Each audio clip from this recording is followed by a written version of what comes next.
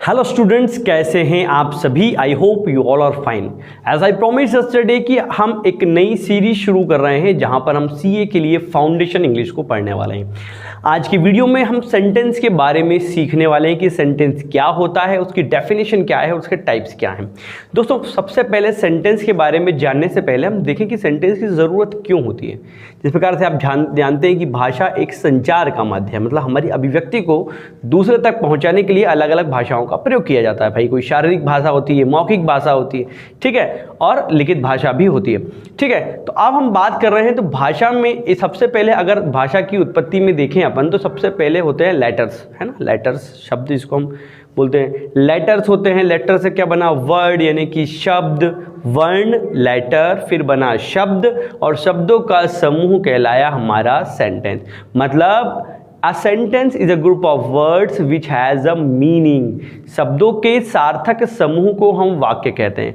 मतलब it is used to communicate, मतलब to send your message to others, मतलब आपका संदेश दूसरे तक पहुंचे, और इसका एक मीनिंग निकलना ज़रूरी है। अगर इसका कंप्लीट सेंस नहीं निकलेगा तो ये वाक्य नहीं है। अब जैसे कि मैंने कहा राम इधर उधर, कुछ भी नहीं है।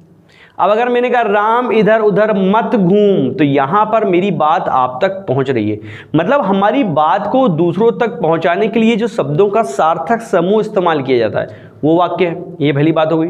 दूसरी बात, क्या एक लेटर या एक वर्ड अगर बोलूँ, क्या एक वर्ड भी वाक्य हो सकता है? बिल्कुल हो सकता है। जैसे कि मैंने कहा आर यू फीलिंग हंग्री या आर यू हंग्री, आपने कहा यस, तो आपके यस से आपकी बात मुझ तक पहुंची, तो ये भी वाक्य का एक भाग होगा। समझ में आ गई बात। मतलब सेंटेंस क्या है? अभिव्यक्ति का, मतलब ये मान के चलें कि अभिव्यक्ति को करने के लिए सेंटेंस का प्रयोग किया जाता है। Sentence is a group of words which has a complete sense. शब्दों का सार्थक समूह जो है वाक्य कहलाता है। ये बात आपको समझ में आ गई होगी। मतलब अव्यवस्थित क्रम में जमे शब्दों के समूह को हम वाक्य नहीं कहेंगे। ये बात आपको ध्यान में रखनी पड़ेगी। अब एक सेंटेंस की फॉर्मेशन कैसी होती है? भाई, सेंटेंस में क्या होता है? एक सब्जेक्ट होता है, एक वर्ब होती है, ऑब्जेक्ट होता है, और अदर वर्ड्स भी हो सकते हैं। सब्जेक्ट आप जानते हैं, सब्जेक्ट यानी डूअर, जो काम करे वो सब्जेक्ट है। सब्जेक्ट जो काम करता है उस काम को हम वर्ब कहते हैं। नॉर्मली सब्जेक्ट में क्या हो सकता है? एक नाउन हो सकता है, एक प्रोनाउन हो सकता है, कोई इन्फिनिटिव सब्जेक्ट हो सकता है, कोई जीरंड सब्जेक्ट हो सकता है। वर्ब मतलब जो हम काम कर रहे हैं, जैसे कि मैं पढ़ा रहा हूँ, पढ़ाना, आप पढ़ रहे हो, पढ़ना, मतलब जो भी हम काम करते हैं वो काम एक वर्ब होती है। आई थिंक समझ में आ रहा होगा।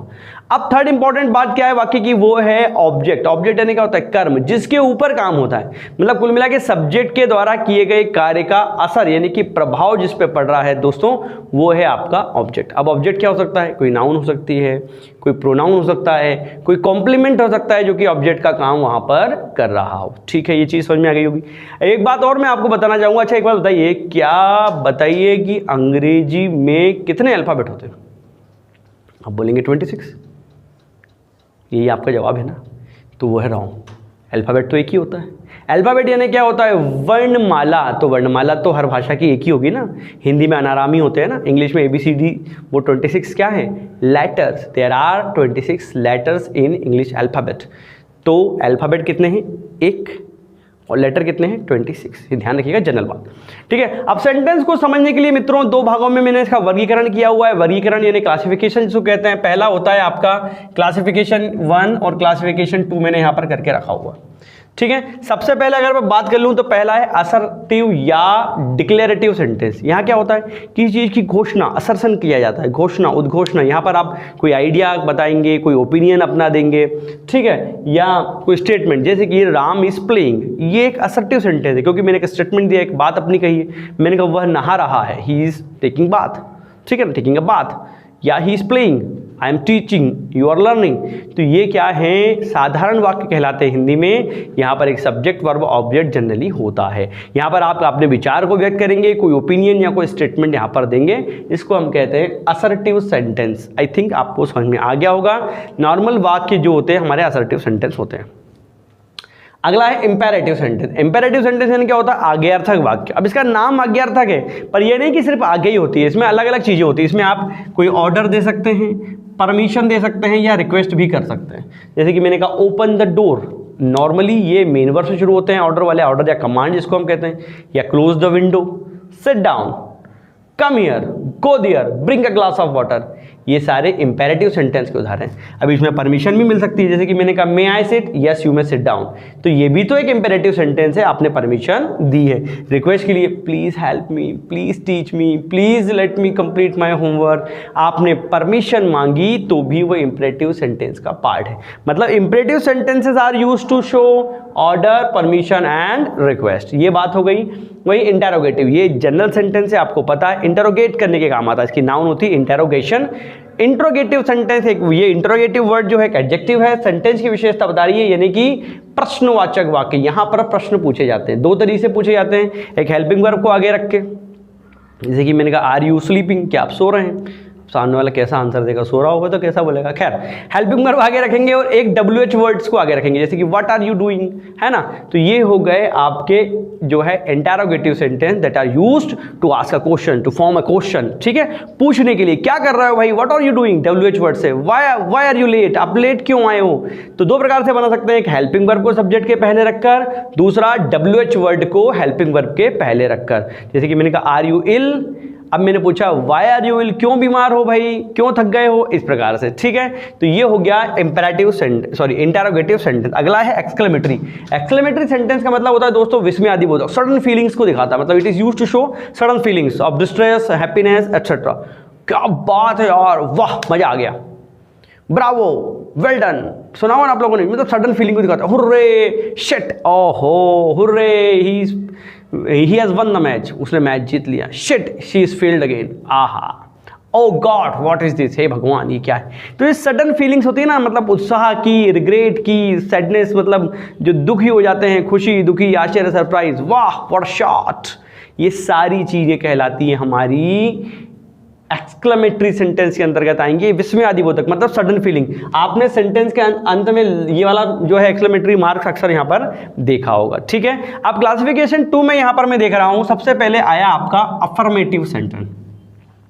अफर्मेटिव सेंटेंस बेसिकली देखा जाए तो वो असर्टिव सेंटेंस का एक पार्ट है, ठीक है, क्योंकि यहां पर अब ये असर्टिव सेंटेंस के अंतर्गत हम दो सेंटेंस रखते हैं। असर्टिव सेंटेंस के दो पार्ट हैं, एक अफर्मेटिव और एक नेगेटिव। मतलब आप कोई बात को अफर्म कर रहे हैं, जैसे कि आर यू टीचर, हाँ yes I am a teacher, तो ये स्वीकृति मैंने दी है। और वही बात अगर मैं मना कर दूंगा कि भाई I am not a teacher, तो मना किया है तो वो कहलाएगा हमारा नेगेटिव सेंटेंस, यानी कि नकारात्मक भाग। मतलब ये अफर्मेटिव और नेगेटिव, अगर मैं कहूं कि असर्टिव सेंटेंस के दो भाग हैं, उसकी जो सब ब्रांचेस हैं, तो वो ठीक होगा, ठीक है ना। अगला जो है यहाँ पर आपका इंटेरोगेटिव सेंटेंस, प्रश्नवाचक वाक्य के अंतर्गत यहाँ पर आके जो लिखा हुआ है, मैंने यहाँ पर इंट्रोगेटिव सेंटेंस के बारे में मैंने आपको यहाँ पर भी बता दिया है।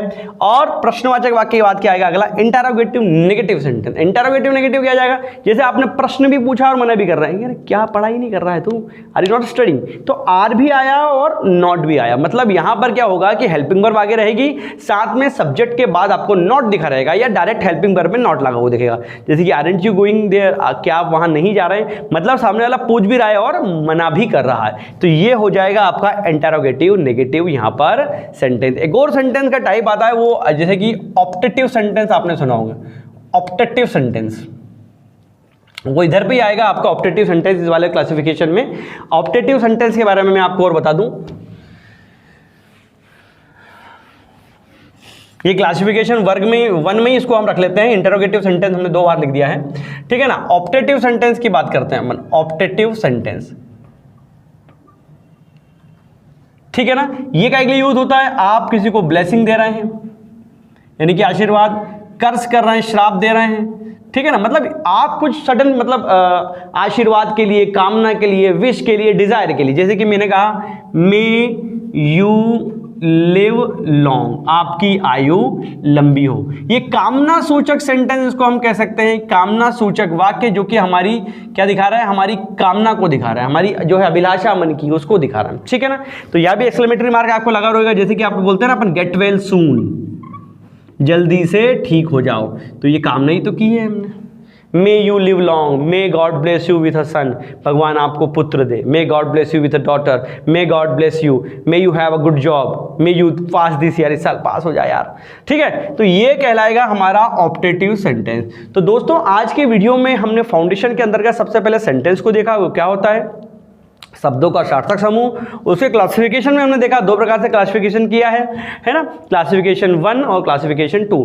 यहाँ पर 1 में अपन ने देखा है भाई एक्सक्लेमेटरी सेंटेंस देखे, ऑप्टेटिव देखे, इंपेरेटिव देखे और असर्टिव देखे। क्लासिफिकेशन 2 में असर्टिव के 2 पार्ट अपन ने देखे, एक अफर्मेटिव और एक नेगेटिव, फिर इंटेरोगेटिव और interrogative negative. I hope questions जो है अब अगर इनसे रिलेटेड आते हैं आइडेंटिफाई करने को तो आप पहचान जाएंगे, और आप जानते हैं कि सेंटेंस क्या होता है, उसके टाइप्स क्या होते हैं और इंग्लिश में कितने अल्फाबेट हैं वो भी आप जानते हैं। एक होता है 26 नहीं बोलना अब, ठीक है। आई होप वीडियो आपको पसंद आया है तो लाइक और कमेंट जरूर करें, जो है मेरे क्या बोलते हैं इनकरेज करें थोड़ा सा, ठीक है। फिर मुलाकात होगी अगले वीडियो में। Till then keep learning. जय हिंद।